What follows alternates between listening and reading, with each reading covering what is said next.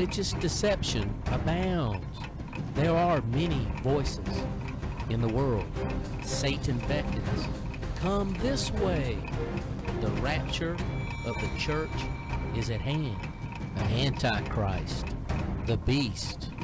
Are you concerned about the end times? Answers, instructions, directions. Stay tuned to Standing on the Edge of Tribulation. Now I'm your host, Henry Schaefer. Let's move into today's program for the answers you are searching for.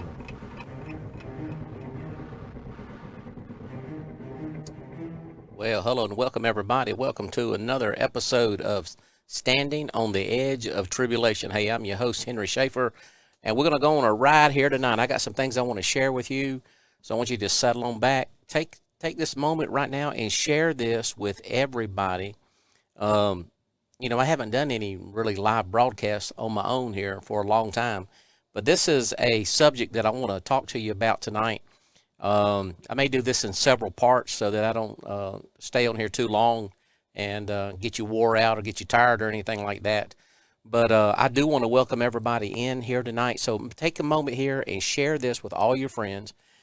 What we're going to talk about tonight, we're going to be talking about this book right here. It's called The Omega Conspiracy. This book is been around for many, many years. It's by Dr. I.D.E. Thomas is his name. And based off of what's getting ready to happen here, it's going to happen June 1. June 1, they're getting ready to release a report of UFOs by our government, and they are starting to do what is called soft disclosure now.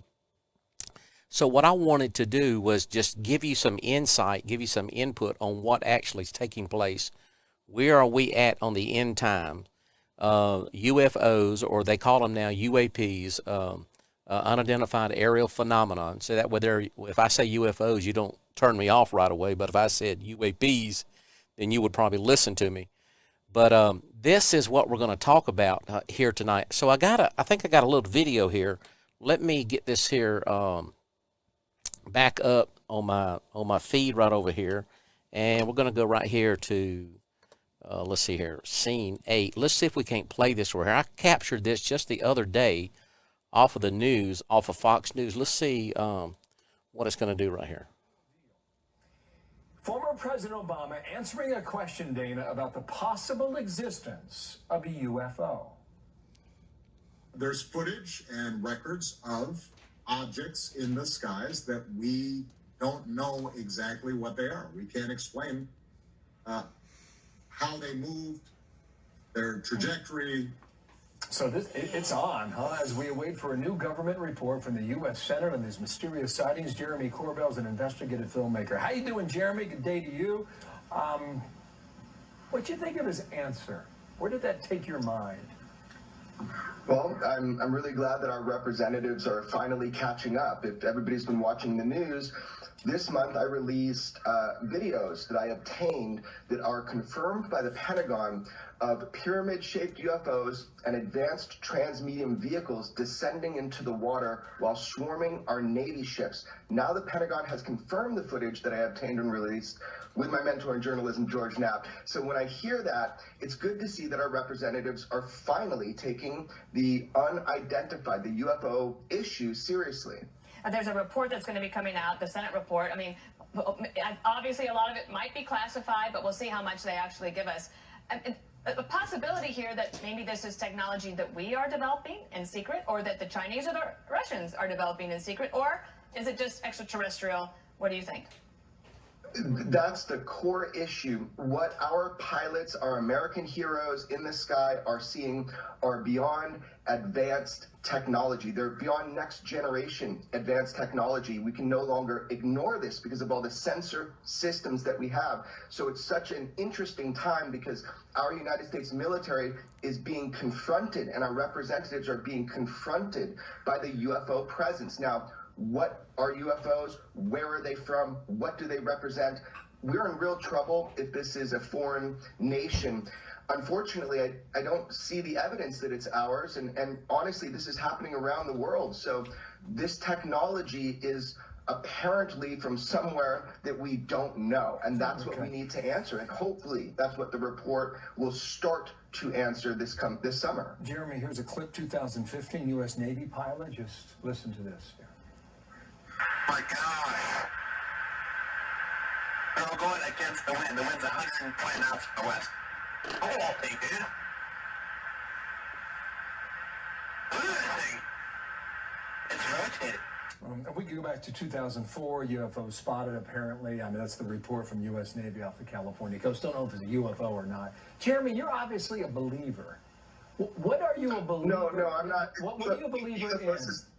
UFOs is not a matter of belief. You've been told by our government UFOs are real. They represent a technology in our airspace flying with impunity over sensitive nuclear and military installations. This is an issue our military is dealing with. This is not a matter of belief. This is simply something we are now positively acknowledging, and hopefully the reporting is being destigmatized, and we're seeing that. Do you know if we are talking with our NATO allies about what they might be seeing as well? Very interesting question. We are actually speaking with other foreign nations who are also detecting these things on radar and visual and tons of electro-optic systems. It is a known understanding that these things fly with impunity and they breach, again, our sensitive military installations. So I would hope that the United States is working with our allies to try to determine the origin and intent of these unidentified flying objects, which they now call UAPs. Well, Jeremy, I hope you come back soon. We're going to continue this discussion. We'll see where else it leads, but the comment from the former president earlier in the week got our attention, and very interesting. Thank you, Jeremy. There's more coming, and I know that because I'll be releasing it. Okay. Come back here. Do it here. On America's Newsroom. We'd love to have you. Thank you. Okay. Is that a yes? Yes, that's a yes. All right, we'll call you. Thank you. Come on. We Thank got a you, Jeremy. date. Have a great day. You got it. A couple of things here. Yes. Okay, so there you see. Now, all over the news, everywhere you're looking right now, there are little snippets like this that are everywhere. And, of course, like I say, they're getting ready to do a report from Congress, from the Pentagon to Congress. And that's what they're going to do. So what's going to be in this here, nobody knows, but they're also setting it up like President Obama said, that, yeah, there's things that are out there that we don't know what they are. Now, so here is what's the church's stance on this? How's the church to stand? What is the church to believe? Are UFOs, unidentified aerial phenomenon, those things that are out there, what actually are those?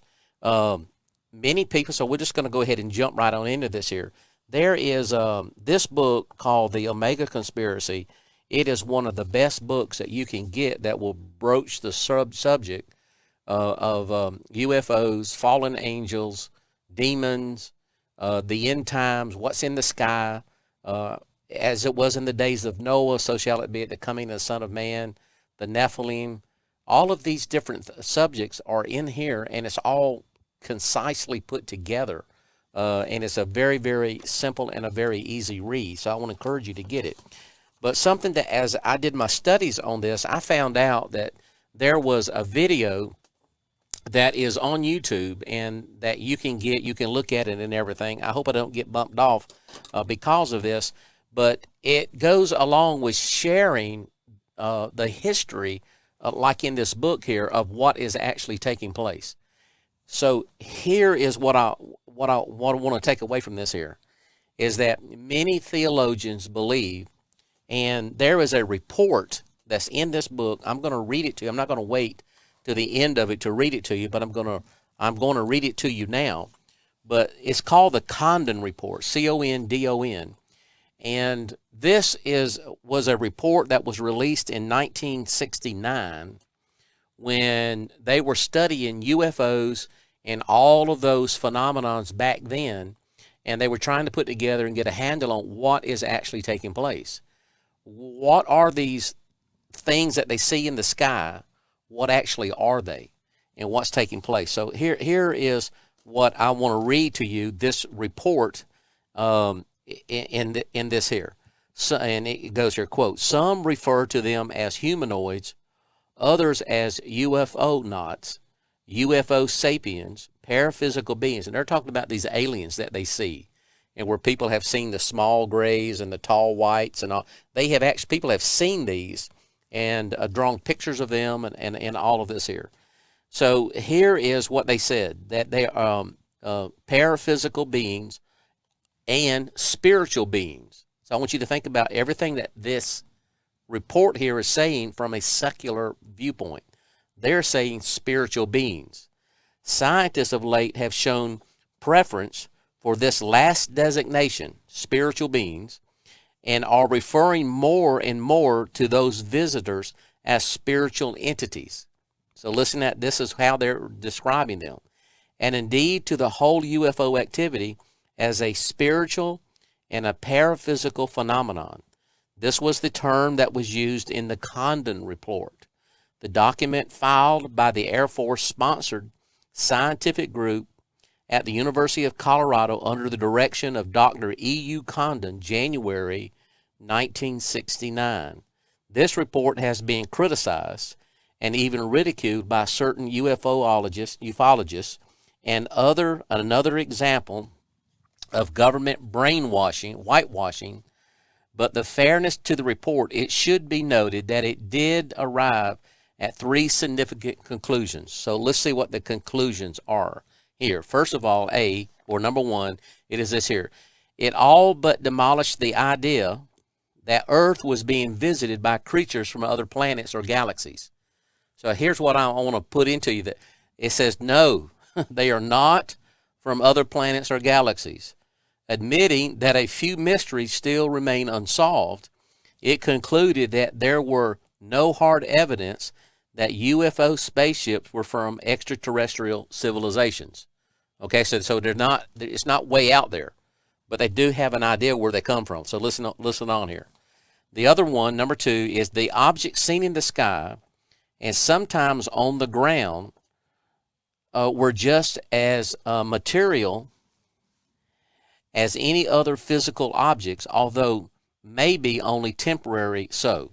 So they know that they physically saw these things because many people touched them when they looked at them. You know, they were able to walk over and touch them and take readings on them and temperature, heat. They actually were able to physically put their hands on them. And then number three, the sightings of UFOs, spaceships, and aircraft and their occupants should be attributed to paraphysical phenomenon. That is, now watch this here, that UFOs belong to the same category as seances, spiritist movements, etc. In short, they are paraphysical. And when they're saying paraphysical, that means that they are demonic in nature and they're spirit beings. Now, this is the report that comes out of the government that was written in 69. So if we look at this here, we have to say, okay, if the government is saying that they know these are spiritual beings, then let's take that for what they say, that they've done the investigations, that they are not coming from other planets, but we are being visited by them from interdimensional beings that are here on the earth. There are objects flying through the sky who are in these objects, which many of them believe that there are demons or fallen angels, and these are their chariots, or this is their mode of transportation. So when we look at this here, I mean, we have several books here. I'm going to show you some of this here. And these are books right here that is called The Final Solution. This book right here is a book that has been written and by Dr. Thomas Horn and Terry James. I think I gave a lot of these books, I don't know, about 10 or 15 of these books out for Christmas presents this year, or for anything like that, for presents at that time of the year. And it talks about how the final solution of the Antichrist, see it, the Antichrist and his final solution, and how he's going to deceive many, many people is going to be based off of the UFO, the alien technology, the things that are in the skies that they're seeing all around us. And it's going to mess with people's minds when they start saying that there is life on other planets, and that these beings are coming here to save us from our own selves, And it's going to cause the church people to question about Jesus Christ. Did Jesus go to other planets? Did Jesus save aliens? What about all of these things? It's going to cause people to really, many to lose their faith in the last days. It's going to cause them to, just kind of like, we don't really know what's taking place here. Another book that I have here, and I have many of these books here. This one here is called Angel Wars. Angel Wars. And this Angel War is a book that is by Stephen Quayle. So I want to encourage you to get this, because there's got a section in here that talks about the fallen angels, how it was in the days of Noah, how it's going to be in the last days, right before Jesus comes back, how that you're going to see a lot of activity in the skies. You're going to see UFOs, which are going to be fallen angel doing things, demonic activities happening, gray aliens, small aliens, all of these things taking place. And people are so inundated on this here now on television that they think all of this here is just absolutely normal, and they don't really realize that it's all demonic in nature. There are people that we take through deliverance that have seen grays and white, tall whites and all of these different things, that they get delivered from demons that are these aliens and different things like this. That's what they are. So, with that being said, let's do this here. I want to put this video on here. And this video, it takes it from a point to where you can look at it. And I hope you don't get into boring. This gets boring to you or anything like that. But this is something that you need to know. You need to be able to talk to other people. You need to be able to share with them. This is the plans of the enemy. That this is what the enemy's trying to do in the last days. And so let's see here what we got right here. I'm going to put it on here. Yep, scene. Number 11. Here we go. Let's see if we can't bring this up here. All right, so here we go. This is the book. This is the author, Dr. I.D.E. Thomas, right here. And so let's go ahead and we're going to pick it up, and I'm going to see if this thing here is going to go right here. 1,000 years ago, men believed that the earth was flat. 500 years ago, men believed that the earth was the center of the universe, and that the sun, moon, and stars all circled the earth. 200 years ago, men believed that it was impossible for stones to fall from the sky because there are no stones in the sky. Meteorites, they argued, were merely stones on Earth that had been struck by lightning. 100 years ago, men believed that man could never fly. Bishop Wright said that flying was reserved for the angels. His two sons, Wilbur and Orville, later proved their father wrong. 50 years ago, Sir Harold Spencer Jones, the director of the Greenwich Observatory, predicted that man would never set foot on the surface of the moon. That's one small step for man, one giant leap for mankind. 30 years ago, stories about UFOs circling the globe and landing on this planet were considered hoaxes or hallucinations. Yet more than 15 million witnesses, equipped with photographs, movies, videos, physical records, and scientific data, have proven, again, that man can be wrong. Most people today envision UFOs to be exactly as they are portrayed in most science fiction films and books. This is, of course, a relatively recent conception. It has been stimulated, perhaps, by our expanding knowledge of outer space. But strange sights appeared in the skies long before spaceflight or manned flight of any kind was possible. And in each century, these visions took on identities that tell much about the world view of those who saw them. Alexander the Great and his army, for instance, were harassed by a pair of flying objects in 329 BC. Most of the soldiers fled the scene, but some of the hardier men stood their ground and tried to hit the discs with their arrows and with stones from their slings. In 1492, just 4 hours before discovering land, Christopher Columbus saw a bright glowing object come out of the sky, go into the water, and travel slowly through the water very close to the ship that he was on. Engraved onto a French token minted in the 1860s is a disc-shaped flying object that experts say may have commemorated a daytime UFO sighting. The great British astronomer Edmund Halley of comet fame also saw a series of unexplained aerial objects in March of 1716. One of them lit up the sky for more than 2 hours and was so brilliant that Halley could read a printed text by its light. There were sightings in 1897 of a lighter-than-air ship that had propellers, porthole windows, and brilliant searchlights, which it directed at the ground. In 1917, what may have been the largest crowd ever to witness a UFO occurred in Fatima, Portugal. 50,000 people watched in amazement as a huge silver disc began spinning like a windmill and dancing about in the sky. After plunging toward the earth, it climbed back into the sky and disappeared into the sun. One night during the summer of 1948, Clyde W. Tombaugh, the astronomer who discovered the planet Pluto, was sitting in the back of his home at Las Cruces, New Mexico. He and several witnesses, including other members of his family, watched a strange glowing craft move overhead. All of the witnesses agreed that the object was definitely a solid ship and that it was probably some form of extraterrestrial device. World War II Allied Air Force pilots reported UFO sightings over Germany. They appeared out of nowhere and seemed to be toying with the aircraft. Military pilots termed them Foo Fighters, Foo being the French word for fire.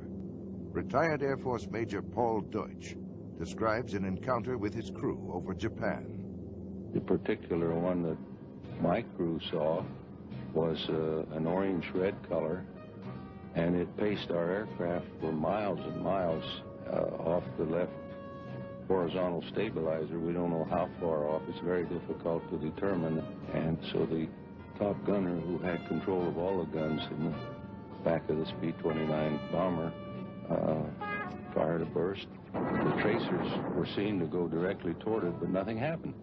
It's at that time that I saw it. We thought it was a Japanese secret device, probably developed by the Germans.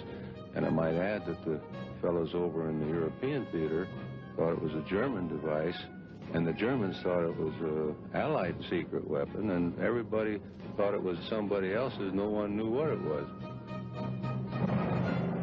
On December 5th, 1945, a squadron of 5 Avenger torpedo bombers with 14 experienced crew members flew out of Fort Lauderdale Naval Air Station in Florida.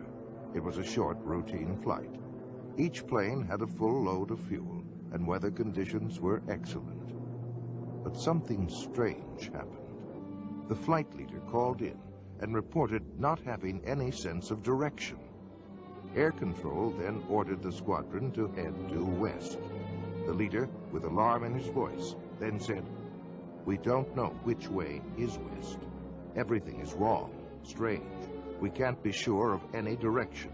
Even the ocean doesn't look as it should." He then stated that weird, unidentified aircraft were closing in on them. His radio went dead. All 5 planes disappeared without leaving a trace. A giant Martin Mariner with a crew of 13 was dispatched to search for the 5 missing planes. It had the capability to land on the roughest of seas, but this plane also disappeared into the grim silence of the Atlantic. What followed was the greatest search operation in history. For 5 days, an armada of 300 planes and 21 ships crisscrossed the sea and sky, but no trace of the 6 aircraft or 27 crew members were to be found. To this day, it remains a mystery as to what happened. Some believe the mystery may be found in the UFO phenomenon, wherein lie a number of questions. Could UFOs possibly be real? If so, what intelligent forces are behind them? What are their intentions? Are they hostile, friendly, or merely curious? Where do they come from? Do they originate on Earth, or do these machines and creatures come from somewhere out among those mysterious winking stars in the black vastness of space?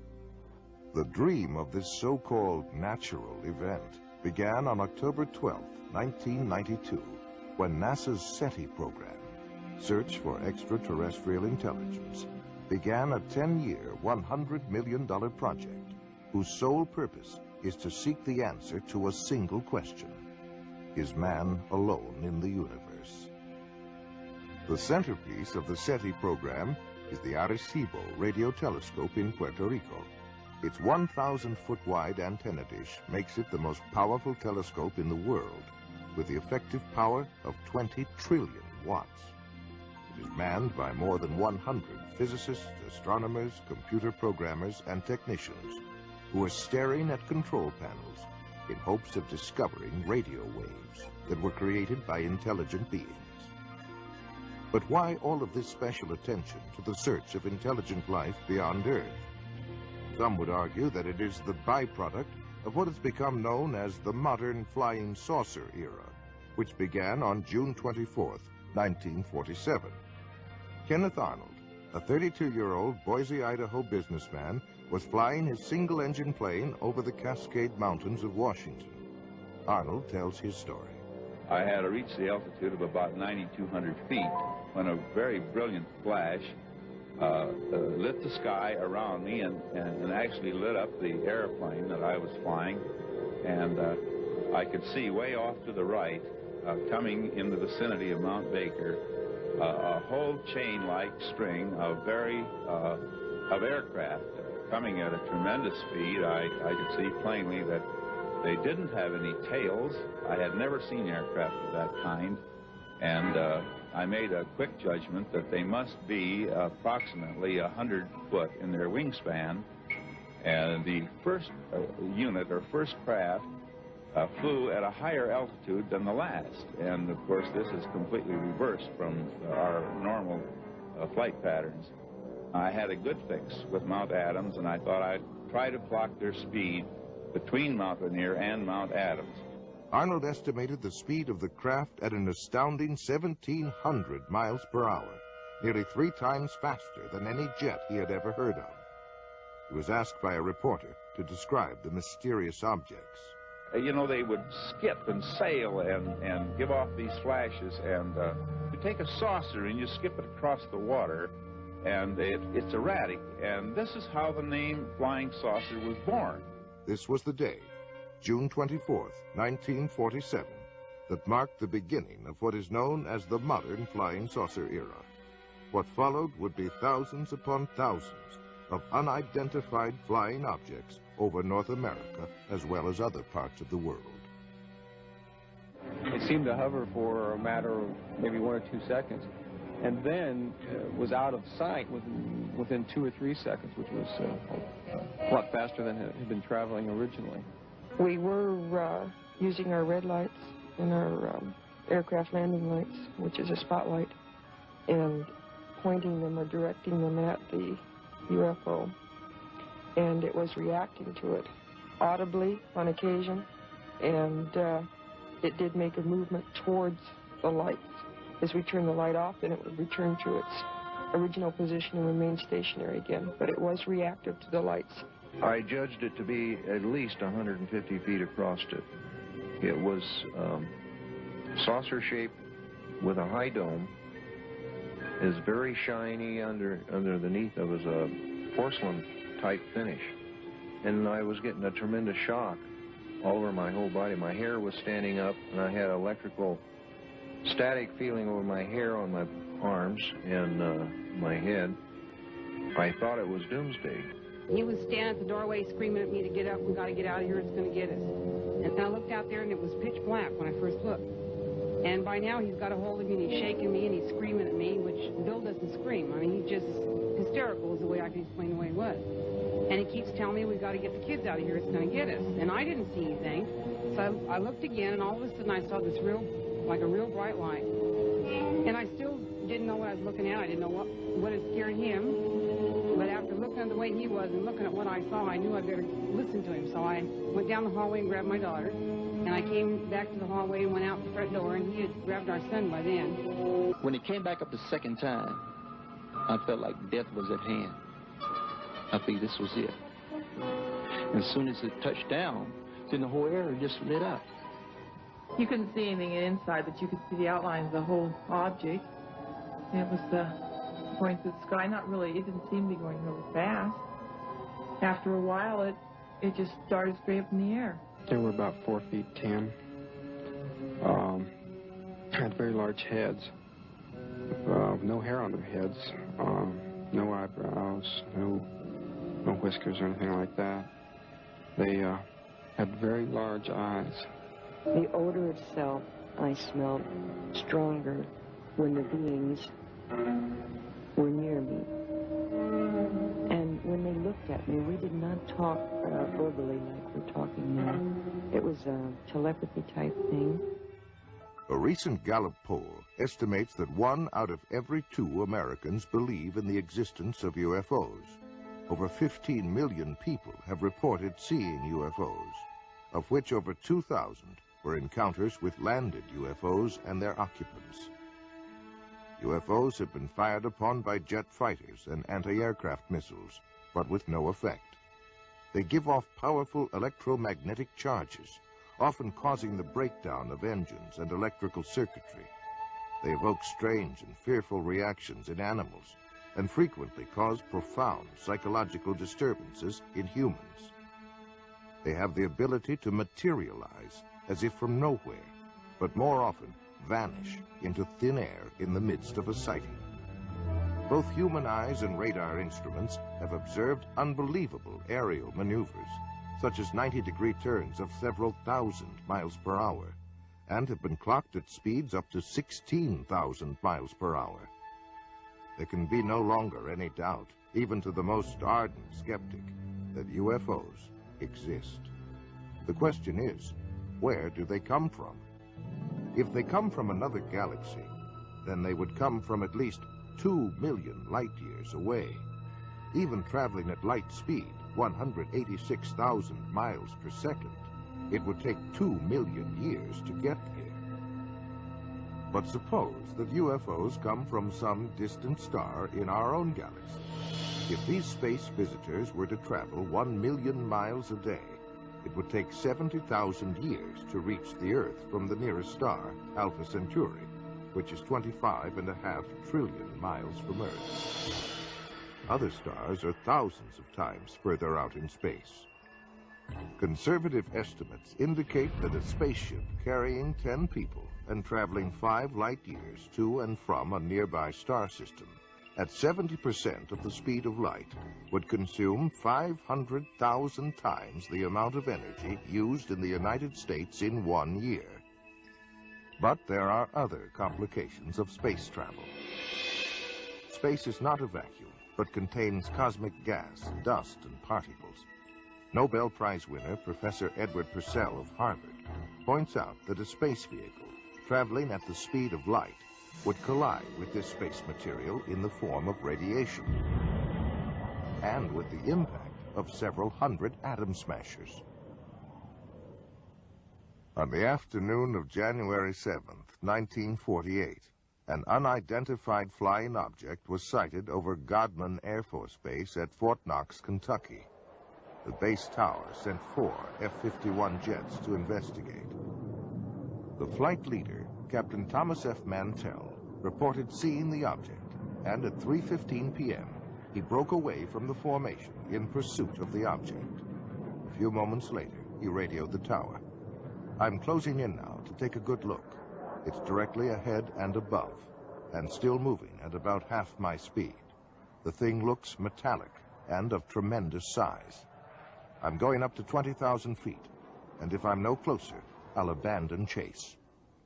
Those were the last words that Captain Mantell ever spoke. Later in the day, his body was found in a nearby field, the wreckage of his plane scattered for half a mile around. There were many other sightings that year. In July 1948, it was reported from Strategic Air Command in San Antonio to FBI Director J. Edgar Hoover that an unidentified aircraft was seen by an Eastern Airlines pilot, co-pilot, and one or more passengers flying over Montgomery, Alabama. The aircraft was reported to be of an unconventional type, without wings, and resembled generally a rocket ship of the type depicted in comic strips. It was reported to have had windows, to have been larger than the Eastern Airlines plane, and to have been traveling at an estimated speed of 2,700 miles per hour. It narrowly missed a collision with the Eastern Airlines plane.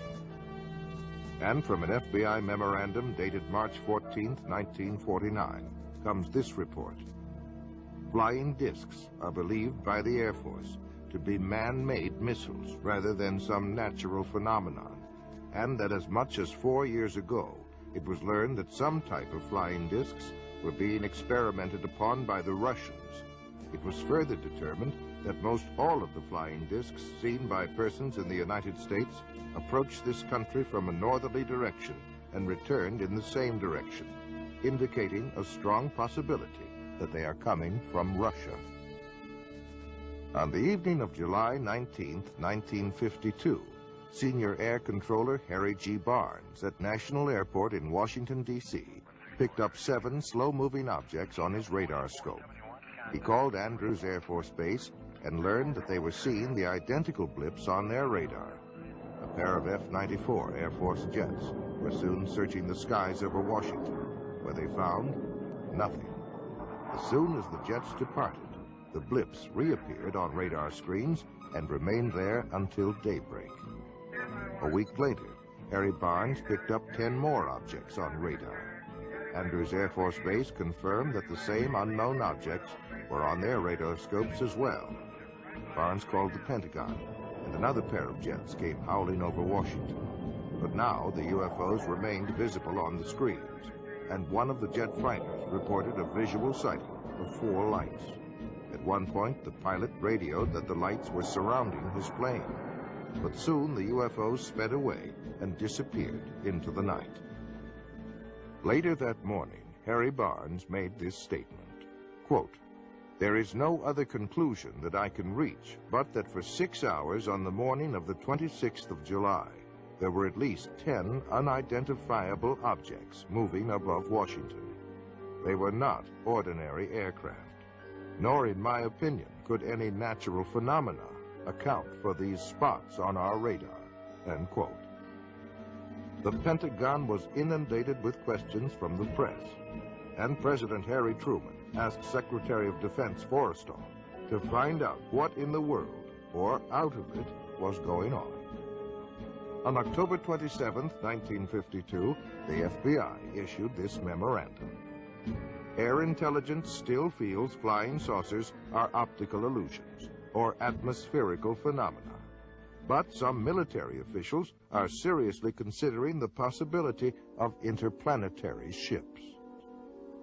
Investigative journalist Frank Edwards, author of Flying Saucers, Serious Business, offers the following commentary. This is Frank Edwards reporting. How real are the flying saucers, officially called unidentified flying objects? On December 24, 1959, the Inspector General of the Air Force notified all Air Base commanders that flying saucers are a serious problem. The government of the United States has issued orders advising the military how to recognize the UFOs, how to report them, and how to handle fragments of them. Slowly but surely, the nature and extent of this remarkable phenomenon has become public knowledge. By patiently piecing together these bits of evidence as they become available, by carefully weighing the guarded statements of scientists and military agencies involved in the study of unidentified flying objects, we shall see that they are indeed serious business. The variety of witnesses of UFOs is endless. They include military personnel from the Air Force, Navy, and Marine Corps, radar specialists, aeronautical engineers, airport traffic controllers, astronomers, FBI agents, state, county, and city police, pilots and crews from American, United, Eastern, Pan American, Northwest, Western, and TWA were also on the list of witnesses. Millions in the United Kingdom, France, Australia, South America, Mexico, and other nations around the world have seen UFOs. For 18 years, the late Dr. J. Allen Hynek headed up the Air Force investigation into UFOs, called Project Blue Book, and was acknowledged to be the world's foremost authority on UFOs. After amassing a computer bank of over 63,000 sightings, he states, "The UFO phenomenon is truly a phenomenon of our times. It is an extremely puzzling one and calls forth a wide spectrum of opinions. No matter what one may think about UFOs, no matter what one may believe about them, whether it is all nonsense or whether they represent something very, very real, three facts stand out, three facts which no one can deny. The first is that UFO reports exist. Secondly, that UFO reports come from all over the world. And the third is that many are made by highly responsible people, often scientifically trained. We scientists have no positive proof yet of the origin or even of the reality of these strange reported craft, but we do know that the reports themselves are very real. To find the answer to this magnificent scientific puzzle, the UFO phenomenon, we need to approach it with a truly open mind so we can explore all possible avenues of explanation." Among those who claimed to have seen UFOs was Senator Barry Goldwater, who said, quote, "Flying saucers, unidentifiable flying objects, or whatever you want to call them, are real," end quote. Astronaut Gordon Cooper said, quote, "I believe these extraterrestrial vehicles and their crews are visiting this planet from other planets, and are obviously a lot more technically advanced than we are here on Earth," end quote. General Douglas MacArthur was the supreme commander of all Allied forces in the South Pacific during World War II. He believed in UFOs, and even commissioned a report that was over 20,000 pages long. During one of his last speeches to the cadets at West Point, he said, "Gentlemen, the next war will not be an international war, but an intergalactic war." He assumed that not only were there UFOs from another planet, but that they were hostile. One fall evening in 1969, Georgia Governor Jimmy Carter was preparing for a speech in the little town of Leary when he spotted a bright object in the western sky. Carter describes his experience. There were about 20 of us standing outside of a little restaurant, I believe, a high school lunchroom, and a kind of a green light appeared in the western sky. This was right after sundown, and it got brighter and brighter, and then eventually it disappeared. It was not, didn't have any solid substance to it. It was just a very peculiar-looking light. None of us could understand what it was. Former President Ronald Reagan made statements concerning UFOs on 18 different occasions while in office. The following is an excerpt from one of his speeches. "I've often wondered, what if all of us in the world discovered that we were threatened by a power from outer space, from another planet? Wouldn't we all of a sudden find that we didn't have any differences between us at all?" After leaving the White House, Reagan admitted to having seen a UFO while he was governor of California. He was aboard the governor's plane at the time. His wife, Nancy, as well as several other people, also saw it and described it as a green, glowing UFO. They chased it for some 300 miles before it went out of the plane's range. On November 7th, 1975, an alarm went off at Malmstrom Air Force Base in Montana, the site of launching facilities for Minuteman missiles. A sabotage alert team immediately went to the site, where they saw a glowing orange disk the size of a football field hovering over the area. It began to rise, and the North American Air Defense Command radar picked it up when it reached an altitude of 1,000 feet. 2 F-106 jet fighters were dispatched from Great Falls, Montana to intercept the craft, but before the fighters arrived, it disappeared from the radar screens. The next day, there were more sightings, both visual and radar, over the base. Each time the jets streamed into the area, the UFOs shut off their lights and reappeared only after the jets left. In the next 8 months, 130 similar reports were logged at the base and in the surrounding county. An early and prominent champion of UFOs was one Donald E. Kehoe, a U.S. Naval Academy graduate and retired Marine Corps major.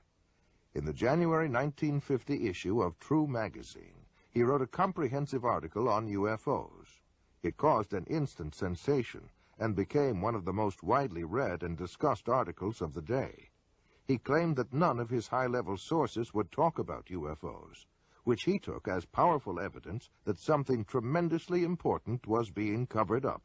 This is not an attack on the Air Force spokesman or the project spokesman.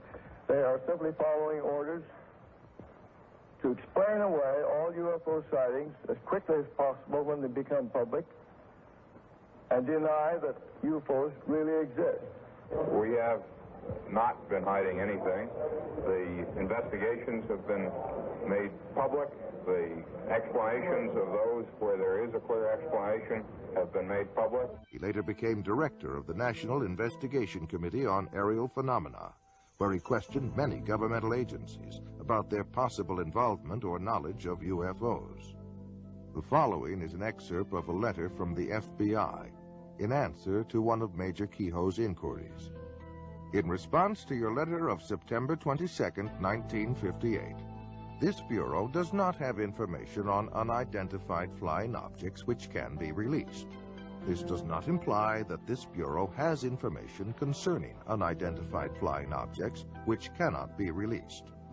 Possible communications with extraterrestrial vehicles from another planet, should the unidentified flying object prove to be an extraterrestrial, is not a function of the Federal Bureau of Investigation. Signed, John Edgar Hoover, Director of the FBI. There are 6 distinct categories of sightings.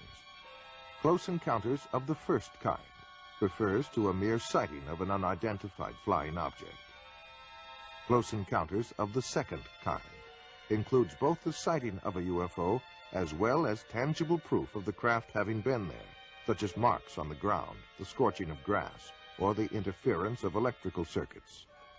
Close encounters of the third kind is the direct confrontation with a space being or entity sometimes called a humanoid. Close encounters of the fourth kind involved alleged abductions by UFOs, where people claim to be involuntarily taken on board a UFO, usually for experimental purposes. Close encounters of the fifth kind involve contactees, or those persons who claim to be in personal contact with UFO entities, usually through metaphysical or occult means. Close encounters of the sixth kind include injuries or deaths resulting from a UFO close encounter.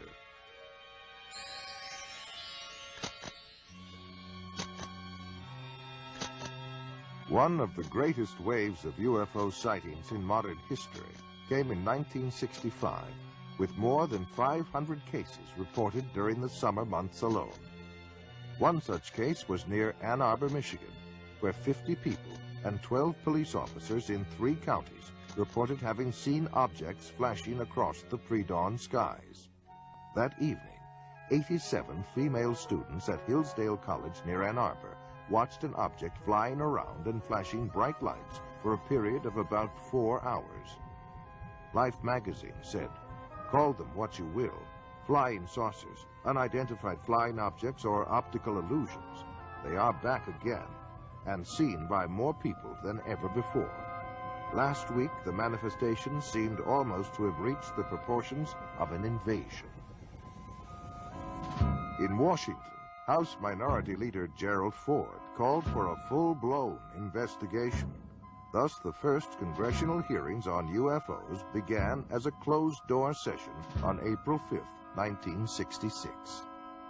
Their conclusion was that a major university be given the job of researching the UFO phenomena.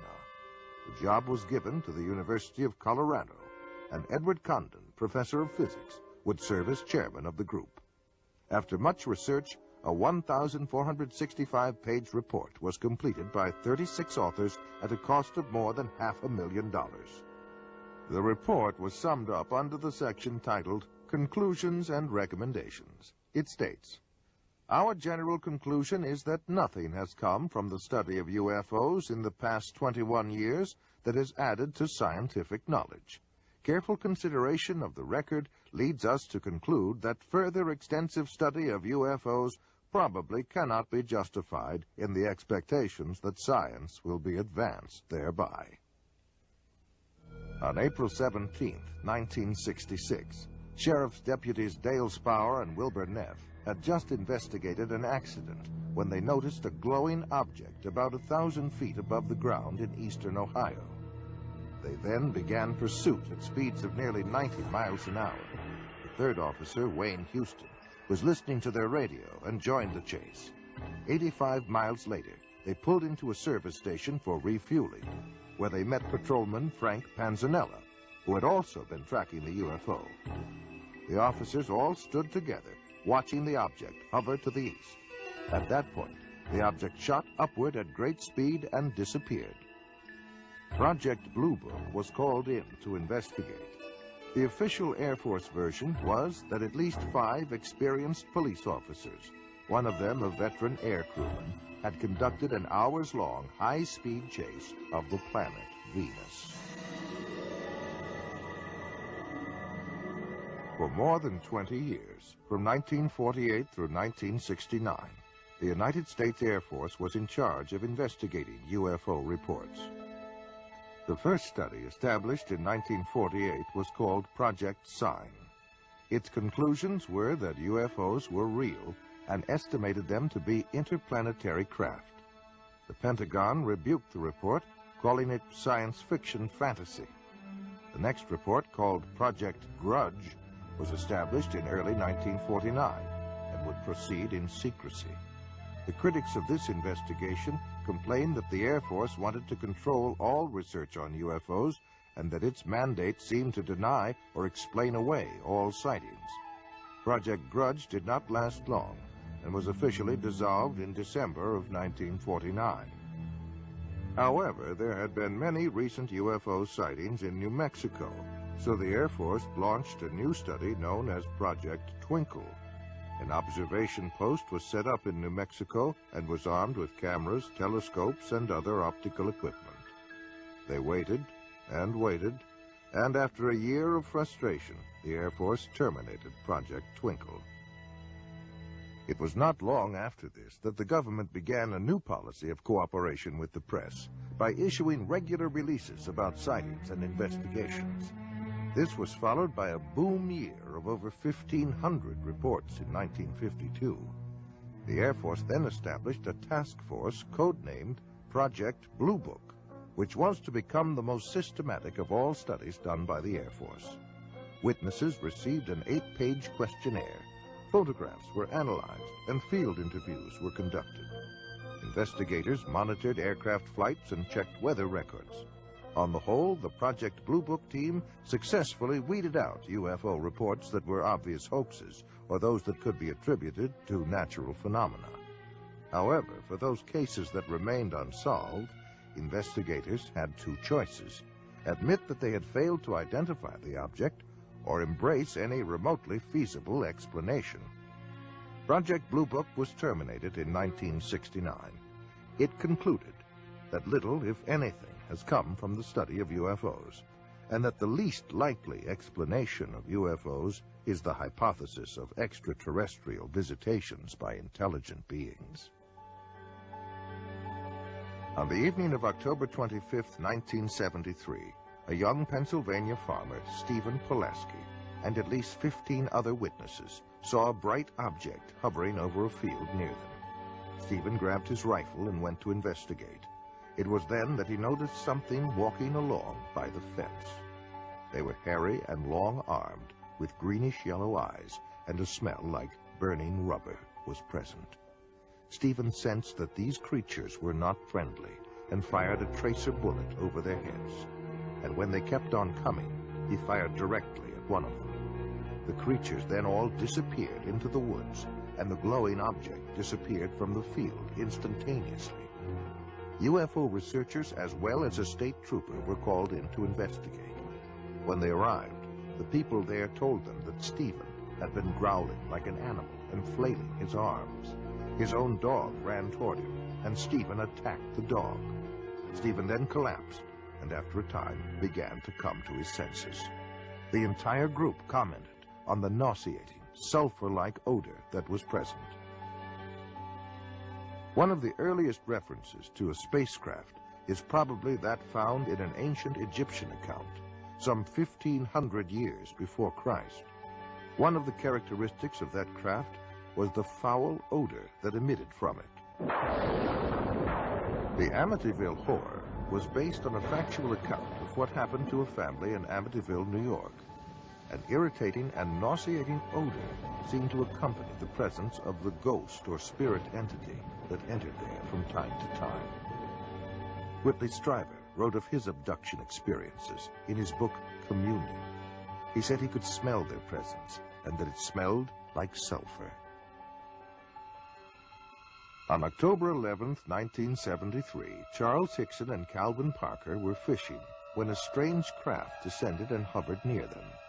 Parker passed out, and Hickson was paralyzed, but was able to continue observing what was happening. Two entities then emerged from the craft and picked Hickson up by his arms and carried him inside the ship, where he was thoroughly examined. He was then taken back to where they had been fishing on the riverbank. When the two fishermen went to the sheriff's office to report their story, they were interrogated and then left alone in a room with a hidden microphone. The recording of their conversation revealed that both men were quite frightened by their experience. The emotional trauma had been so great to Parker that after Hickson left the room, he began to pray. Ultimately, he suffered a nervous breakdown as a result of his experience. In the spring of 1959, UFOs brought panic to Soviet radar and Air Force personnel by hovering and circling for more than 24 hours above Sverdlovsk, headquarters of a tactical missile command. Red fighter pilots were ordered airborne to chase the UFOs away, but later reported that the alien objects easily outmaneuvered their jets and zigzagged to avoid their machine gun fire. The Russian spacecraft Salyut-6 returned to Earth in 1978 after 96 days in orbit. They told of a formation of UFOs which trailed them closely for 3 complete orbits around the globe. One of their cameras captured 20 minutes of incredible motion picture footage of this encounter. According to a previous mutual agreement, the Russians forwarded copies of the film to the United States to be analyzed. Unofficial statements from NASA state that it is the best motion picture footage ever filmed of UFOs. The foremost Russian authority on UFOs, Dr. Felix Zeigel, contends that UFOs may have frightened, harassed, and possibly even killed Russian cosmonauts on their missions. T-minus 25 seconds. 20 seconds and counting. T-minus 15 seconds. Guidance is internal. 12, 11, 10, 9. Ignition sequence start. 6.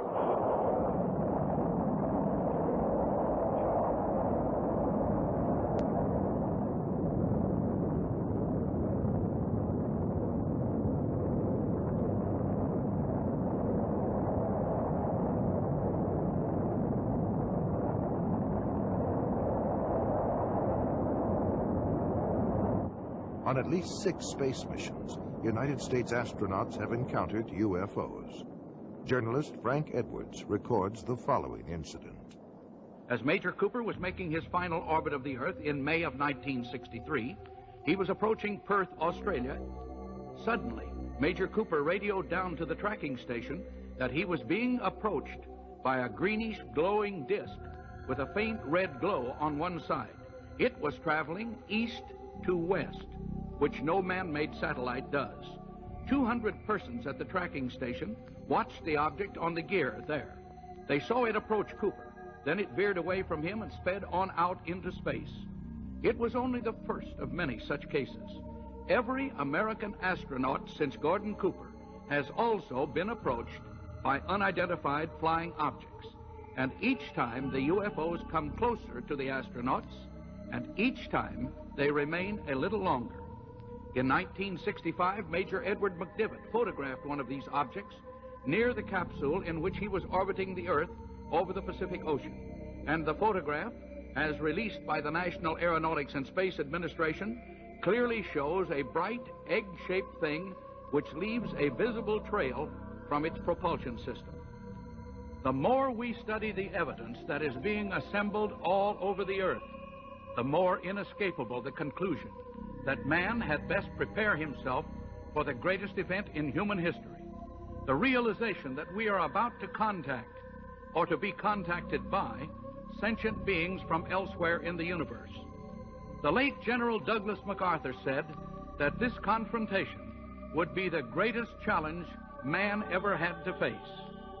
Are we ready for it when and if it comes? Frank Edwards reporting.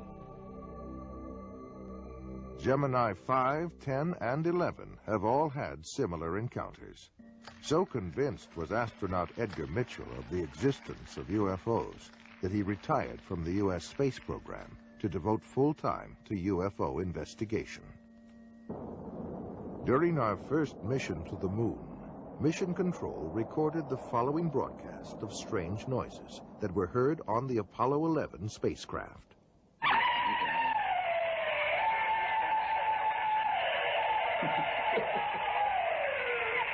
This is Apollo Control. Still no explanation.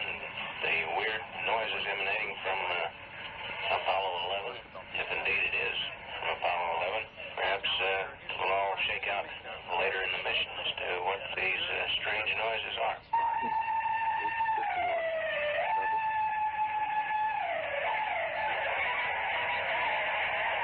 NASA says UFOs have reportedly dogged the U.S. space program since the very beginning.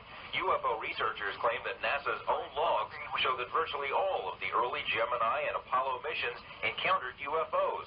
NASA has explained most of these sightings as space debris or solar flares, but some of its own astronauts have disagreed. UFO sightings have been reported by James Lovell, James McDivitt, Wally Schirra, Deke Slayton, Gordon Cooper, and others. In March 1989, some strange transmissions occurred during a space flight. A Maryland ham radio operator picked up the voice of Discovery pilot Colonel John Blaha speaking on a secret NASA channel.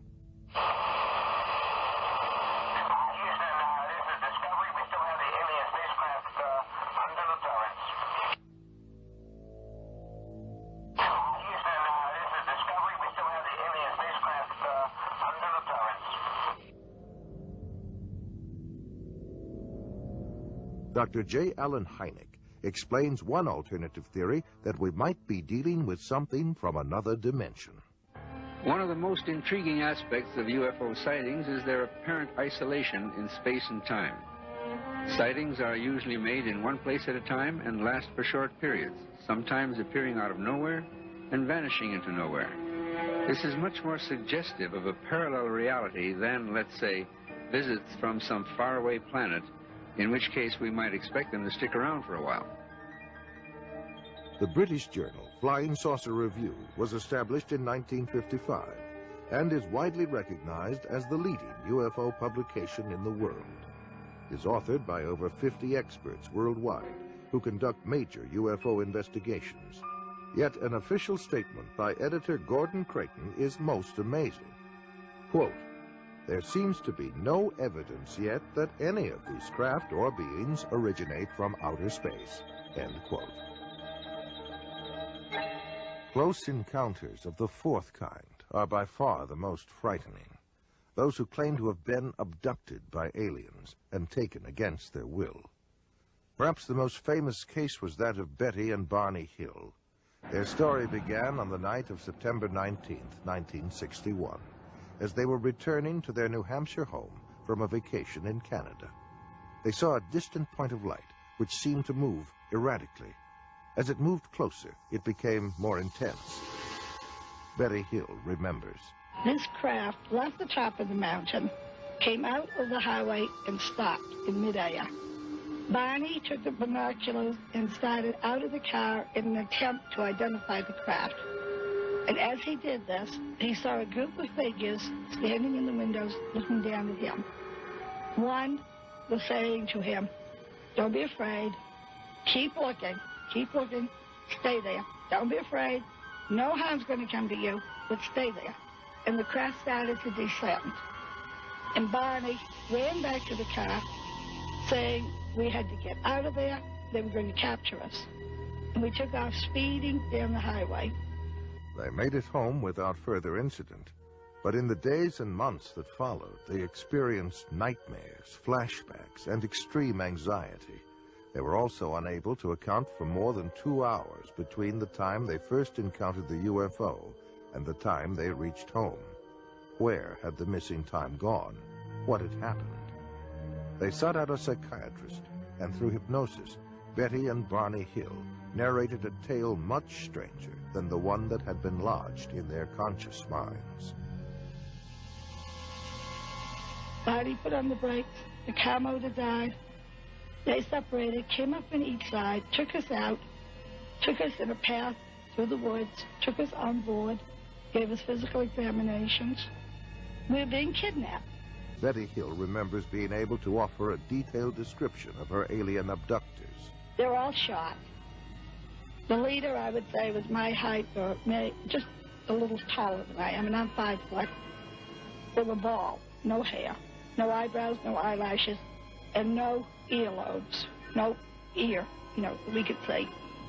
Very large eyes, very small, flat nose, thin slit for men. Betty Hill said that they were most interested in human sexuality and that they communicated through a form of telepathy that sounded like a voice loud and clear inside their heads. Bud Hopkins has written several books on UFOs, including Missing Time and Intruders. He is one of the foremost experts on abduction cases, otherwise known as close encounters of the fourth kind. And now we've come to the conclusion that abduction, of their involvement with human beings, that this is the center of the entire UFO phenomenon, and that actually when people have UFO sightings, it's very possible that what they're seeing is something on its way to or from an abduction of somebody. They're not just flying around up there, they are interested very profoundly in human beings. Whitley Strieber claims to have been abducted by alien beings on more than one occasion and wrote of his experiences in his best-selling book, Communion. I've had, since I wrote Communion, over 55,000 letters from people around the world who've had this similar things that think they have happened to them, and we still get about 200 a week. The Intruders Foundation and the Fund for UFO Research show that 1 out of every 50 American adults, 3.7 million people, indicate that they may have had an abduction experience with an unidentified flying object. I remember my mother was taken in a Jeep, and that I was there with a UFO. There was a beam of light that came down, and I was beamed onto the ship. These experiences sound crazy. It sounds impossible. It is impossible according to our physics, but we often use hypnosis to help flesh out all the recollections. A top scientist, Dr. Leo Sprinkle, conducted a 5-year study of 82 persons who reported UFO experiences. Most of them were able to relive the experience through hypnosis, and all suffered severe psychological disturbances afterwards. They claimed to have been taken inside spaceships and examined by humanoids who communicated telepathic messages to them. Dave Hunt is an investigative journalist. His research and consulting expertise takes him around the world. Cal State University, Long Beach. And again, I forget the names of the scientists there who were working on this, and this is a number of years ago now. They did research, and they took people at random. And unless you're going to say everybody's been abducted, they took people at random and who had no such idea, no indication they'd ever been abducted. And they hypnotized them, took them into a deep state, then suggested that they were being approached by a UFO, asked them to describe it. Their description was the same as the others. They suggested you're being taken aboard. Oh, and what do the entities look like? and they came up with similar descriptions. And then when they're taken aboard, what's happening to you? I'm getting a medical examination, you know, or... In his book, Secrets of the UFOs, ufologist Don Elkins made the following observation. I have found that some people can achieve the contact phenomenon simply by being hypnotized, and the same general message permeates over 90% of the millions of words received by thousands of people around the world. No one knows what hypnosis is. No one knows what goes on in the mind. It's an altered state of consciousness like yogis and witch doctors have been practicing. It loosens the normal connection between your spirit and your brain, and of course if the hypnotist can control you, make all kinds of suggestions, make you think things are happening that are not happening, make you think you have powers that you don't, experiences that you haven't, even implant memories. Other beings, if there are other minds out there, they could also do the same thing. Sir John Eccles, Nobel Prize winner for his research on the brain, describes the brain as, quote, a machine that a ghost can operate, unquote. What he means by that is your spirit operates your brain in a normal state of consciousness. In an altered state, reached under yoga, TM, hypnosis, you have loosened the normal connection between your spirit and your brain, and that allows another spirit, other entities, other minds to interpose themselves and begin to tick off the neurons in your brain, create a universe of illusion. I believe that it's demonic. I think all of the evidence indicates this. Some people claim that by allowing themselves to be put into an hypnotic trance, they are acting as a channeling device in which the extraterrestrial being speaks through them. The following is an actual sampling of those messages. We come from the Interplanetary Confederation of Solar Systems, and our purpose is to aid our brother man on the planet Earth as the new age dawns. The teacher that was known to you as Jesus was able to use many more of the abilities than the people of this planet. Unfortunately, man upon planet Earth has misinterpreted the meaning of this man's life. He was no different from any of you. He was simply able to remember certain principles. These principles may be realized by anyone at any time.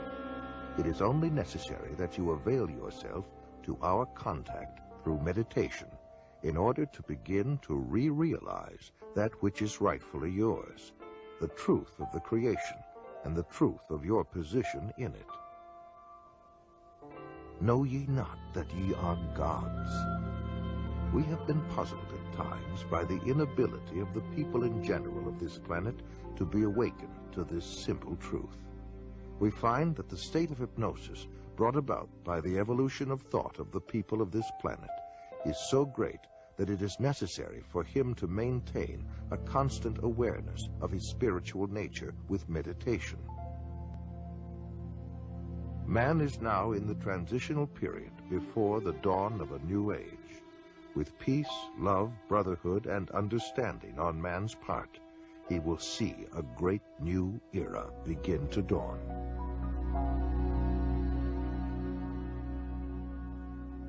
In his book, Flying Saucer Pilgrimage, Bryant Reeves summarizes his findings in this statement.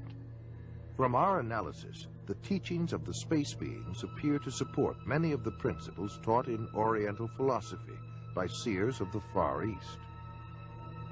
UFO researcher John Weldon then offers this question. How credible is it to think that literally thousands of genuine extraterrestrials would fly millions of light years simply to teach New Age philosophy, deny Christianity, and support the occult? And why would the entities actually possess and inhabit people just like demons do if they were really advanced extraterrestrials? Dr. Pierre Guérin, an eminent scientist associated with the French National Council for Scientific Research, concludes that UFO behavior is more akin to magic than to physics as we know it, and that modern UFOnauts and the demons of past days are probably identical. The word demon in Greek comes from the root meaning knowledge or intelligence, implying that demons have access to knowledge and information denied to ordinary mortals. After what happened to me, the communion experiences, I decided that that might be a good idea to accept the idea of the devil just in case that's what I saw. If you look closely at the life of the world, you see the workings of evil in the world. There seems to be a sort of machinery behind it that is far beyond just the accident of human life. You can literally hypnotize a person, tell them that there's a cat in their lap, they will see it, they will hear it, purr, they will pet it and feel it. It's not physically there. You tell the cat to scratch them, you know, and bring them out of it. There are scratch marks on their cheek. A non-physical object, under the right conditions, can leave physical evidence. I think it's demonic. It's a spiritual power of some kind for which there is no physical explanation. You can't explain it with the laws of chemistry and physics as we know it. John Keel is a world-renowned expert on UFOs and has written numerous books and articles on the subject. A self-described agnostic, he made this statement: "Thousands of books have been written on the subject of demonology, which is the ancient and scholarly study of monsters and demons. The manifestations and occurrences described in this literature are identical to the UFO phenomenon. Victims of demonic possession suffer from the same medical and emotional symptoms as the UFO contactees." I would say I was assaulted by something from the unknown rather than possessed by it. I hope that I was never possessed by it, although there are those who might disagree with me. And I don't think it was something out of craziness. If it came out of my mind, it came out of a part of my mind that is universal to us all. Like Stryber, there are thousands of others who have also sensed something evil and demonic. Something is here, probing people, inspecting them, planting thoughts in their minds, and manipulating their bodies. I do know from different things that is still occurring within my body that I'm still being visited. In Close Encounters of the Third Kind, that first film that came out about UFOs, the house that the mother and little boy were living in, you know, the toys began running around and screws unscrewing in the presence of UFOs. What the film was saying was the same people that run UFOs run haunted houses. And I would say that's absolutely true. In 1969, the United States Printing Office issued a 400-page publication entitled UFOs and Related Subjects, an Annotated Bibliography. The author was the senior bibliographer for the Library of Congress, Miss Lynn E. Cateau. During her research, she read over 1,000 articles, books, and other literature. She summarizes her findings in the preface of the bibliography.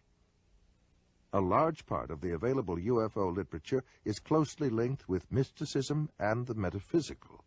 It deals with subjects like mental telepathy, automatic writing, and invisible entities, as well as phenomenon like poltergeist manifestations and possession. Many of the UFO reports now being published in the popular press recount alleged incidents that are strikingly similar to demonic possession and psychic phenomenon that have long been known to theologians and parapsychologists. This document was compiled for the United States Air Force and is now in the Library of Congress. Dr. Jacques Vallée has addressed the United Nations on UFOs and was the model for Lacombe in Steven Spielberg's Close Encounters of the Third Kind. He is the author of 8 books on UFOs and has been widely recognized as the premier investigating scientist in the realm of UFO research. In his book, Messengers of Deception, Vallée says, an impressive parallel can be made between UFO occupants and the popular conception of demons. And in his book, Confrontations, he writes, the medical examinations to which abductees are said to be subjected, often accompanied by sadistic sexual manipulation, is reminiscent of the medieval tales of encounters with demons. He also made this statement, I believe that when we speak of UFO sightings as instances of space visitations, we are looking at the phenomenon on the wrong level. we are not dealing with successive waves of visitations from space. We are dealing with a control system. And he states, UFOs are the means through which man's concepts are being rearranged. They are engaging in a worldwide enterprise of subliminal seduction. Jacques Vallée, at least at that time when he wrote that book, was an agnostic. Interesting that he comes to basically the same conclusions I do as a Christian from my research. And he said about UFOs, they're real, but they're not physical. They're messengers of deception. And this was based on his research of about 20 years. They seem to be psychologically preparing, setting us up for some ultimate delusion that is too horrible even to imagine as yet. I would agree with that. Dr. I.D.E. Thomas is one of a long line of Welsh preachers. He is currently the senior pastor at the First Baptist Church of Maywood, California, and has authored several books which have enjoyed wide circulation. In his book, The Omega Conspiracy, Dr. Thomas explains the phenomenon of unidentified flying objects and offers an explanation that could identify the beings who operate them. As incredible as his explanation may sound, let us regard the ancient saying of Heraclitus, who 500 years before Christ said, "Because it is sometimes so unbelievable, the truth escapes becoming known." The answer to all this and the clue to this cosmic riddle may be found in the ancient book of Genesis. And back there in chapter 6, we are told of a very amazing and bizarre event. The sons of God saw the daughters of men and saw that they were beautiful, and they lusted after them. And then we read they married them and sired children from them. For the past 1,500 years, most scholars, including evangelical scholars, have interpreted the sons of God as the good sons of Seth, and the daughters of men as the wicked daughters of Cain. They've adopted that interpretation because the other one is so bizarre and outlandish. The ancient interpretation, and in my opinion the correct one, is that the sons of God were demonic beings or fallen angels, and that they came down to earth, they lusted after the daughters of men, they married them, and produced this amazing progeny, this hybrid progeny of the Nephilim. And the very word Nephilim does not mean giants. It comes from the root Nephal, fallen ones. The early Christian fathers in the first 4 centuries, men like Irenaeus, Tertullian, Ambrose, for 400 years they knew no other interpretation except that the sons of God were angelic beings. Josephus, the cosmopolitan Jewish historian, says the same thing. We read in the book of Job that when God laid the foundation of the earth, the sons of God shouted for joy. Obviously, the sons of God could not be human beings. Adam had not been created. If this was a case of just mixed marriages between good men and wicked women, it is surprising that God should have issued the fire of judgment that he did. God took this stern action of wiping out the human race. Now, the only family that were left intact in order to re-establish, repopulate the new world was the family of Noah. Noah, we are told, was perfect in his generations. The word perfect does not mean, in this case, morally perfect, because we know from the story of Noah, and especially what happened after the flood, that Noah was not perfect. What it means is like a lamb for the paschal sacrifice, that lamb had to be without blemish, physically pure, without blemish. So it seems was the case of Noah, the only family that remained uncontaminated from these strange beings that appeared from space. The only line that was pure and clean from God's standpoint to start a new world and a new civilization. Jesus said, "As in the days of Noah, so in the days of the coming of the Son of Man." Of all the patriarchs and prophets of the Old Testament, the key to prophecy, above all others, is Noah. And something happened in the days of Noah that was a distinctive characteristic of Noah's time that didn't happen before or after. Wars and famines and pestilences and natural disasters have always happened. But something happened in the days of Noah, and the most sinister and bizarre of all the things that happened was this intermarriage between the angelic race and the human race. And of course, the mastermind behind it all was another angel, a fallen angel, Lucifer. Now, we believe that as they came in those days, we may very well be on the edge of another invasion from outer space, that Satan will once again make another attempt, maybe the final assault on the human race, in order to wean men and women away from the worship of God. He has tried before, he will inevitably try again. And by seducing the human race, by sending these so-called entities from space, demonic beings, he will try to get people all over the world to worship him and to deprive God of the worship that is due to him. Fortunately, we know what the end result is going to be. But this final or omega assault that will come at the end of time may trigger the coming back of Jesus Christ to rescue his own. Satan has failed before, and the Bible predicts he will fail again. We are told quite emphatically in God's word that the kingdoms of this world shall become the kingdom of our God and of his Christ. Satan will make the attempt, but our God, greater is he that is in you than he that is in the world.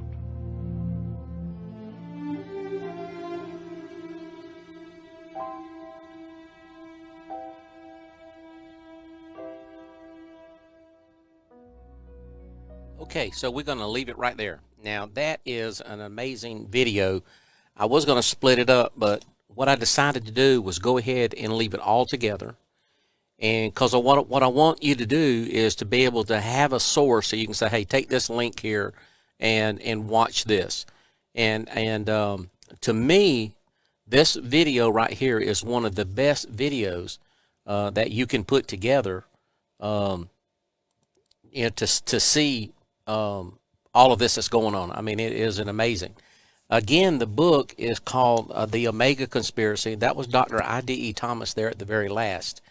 And I'm going to close it out here in just a few moments here, but and I'm going to come back. I probably won't be tonight, but it might be tomorrow night or something like this here. But I am going to speak about what he was talking about there at the very last when he was saying that this phenomenon, and you hear all of these experts, they're telling us that they know that this is demonic. I mean, that's what they're saying. And I believe that there are many in our government who knows that they're demonic, that these are fallen angels, these are creatures that are here to deceive mankind. And when this deception comes and when the reveal comes, the reveal will come to pull people away from God, from Jesus Christ, from the world as we know it. So what I want to do is I want you to be knowledgeable of what's coming. June of 2021, they're supposed to have a report that is going to be released. And in that release here, let's just go here, and we're going to see if I can't get this one here. Again, look at this is another one off of Fox 11. Let's look at what it says here.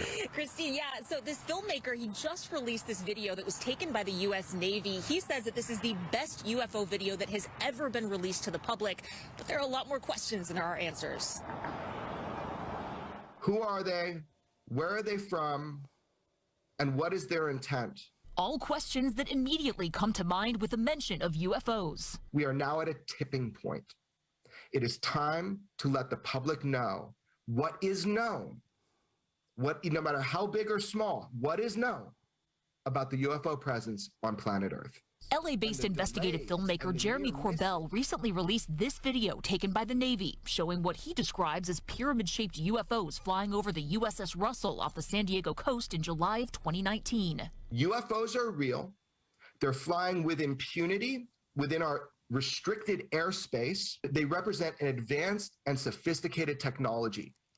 And it's a technology that requires scientific scrutiny and study. The Pentagon has since confirmed that the video is authentic. It's part of a recent data dump by Corbell and investigative reporter George Knapp. These pictures were taken by a pilot in March of 2019, apparently showing 3 different UFOs. 2 have since been dubbed the metallic blimp and the sphere. Corbell says these images from a Navy ship show a UFO seamlessly traveling through air and water. The astonishing thing about it was its transmedium characteristic, meaning it was able to breach or penetrate the air-to-sea barrier without destruction. We don't have vehicles that can do that at high velocity, where it can go from flying to, into the water. The goal is to expand the conversation about UFOs and demand transparency from the American government. I don't know what it is we're seeing, but what I do know is that we should find out. And this is the role that the Department of Defense needs to play. The script has flipped, and people are now taking this seriously and eliminating the unnecessary ridicule that has stigmatized the UFO topic. Okay, so when we're going to leave that one right there. So you see that this is being broadcast everywhere on all of the mainstream news sites that are out there. So I believe that there's going to be a reveal coming. And when you look at the way the world is right now, you look at what's happening in the Middle East, and you look at all of the different things that's happening around the world, and the UFO phenomenon and all of these things, is this a distraction? Is this why this is being put out there as a distraction from our own government, to distract us away from all of the chaos that's going on out there in the world? But when I go back and I look at this, just the information that we discovered here tonight and that we went over is they say that 3.7 million people has been abducted. This is back in the day when all of this came out. So there's a lot more than that now, and that many of them say that they were examined, taken and examined sexually. They were probed. Many of them say that there were sperm that was taken, their eggs was taken from and things like that. But they also they talk about Jesus. And this one here is when they said about Jesus. Don't you remember this here? They said that Jesus could use more of his powers than most of us could, and that through meditation and seeking them, that we can hone our skills as well and do the things that he did. Avail yourself to their meditation. And they were talking about how that they could meditate and get into these different places like this here. So they talked about that there were demons. They had knowledge. That's what it means. Demons means knowledge and intelligence is what they need. Back in the day when we talk about Aristotle, we talk about in Greek culture, we talk about in the Romans times, that people wanted to have a demon. I mean, they knew that these demons spoke to them and gave them the philosophies of life. And a lot of these people, that's what they had, a demon sitting on their shoulder, and they were talking to them and all of this here. And in the UFO phenomenon, when you remember the story there when they were talking about the man that went out from his farmhouse, and there was a railed fence and there's 2 demons standing there, and he shot in that direction, and then they took off. But it said that there was something. He was flailing his arms, and he was acting like a crazy man. It was as if he had been possessed of one of those demons that was there. And they say after these encounters that many people have mental problems in this era, because they're actually being demons want to have control of people's bodies, and they are able to take possession of people in this. I'm believing that, and of course, Dr. Thomas here at the last, when he goes back to the beginning in Genesis chapter 6. And I think this is where I'm going to leave it off at. And I may play his little section here on the next video, because he gives a real good explanation of the sons of God, the daughters of men, and fallen angels and their technology and what all was happening in the days of Noah, and that we can look again for the same resurgence to happen again. And if that is so, what we are seeing is we are seeing the fallen angels, we're seeing the demonic presence, we're seeing them interact with humans like they did in the days of Noah when they came together sexually and they had offspring, and there will be a rise of these Nephilims that will be in the world, half-breeds in the world. Now, you know, when I start thinking about this here, remember how they want everybody to turn in their 23andMe, their DNA? I believe they're looking at more than just your blood. I think they're looking at for some type of a signature of who's who and what's what. That's what I think's going on.